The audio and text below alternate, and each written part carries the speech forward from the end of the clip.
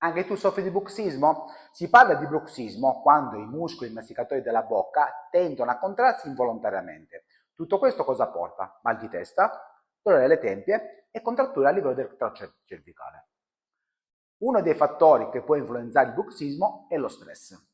Per fronteggiare questo tipo di problema spesso si utilizza il famoso bite.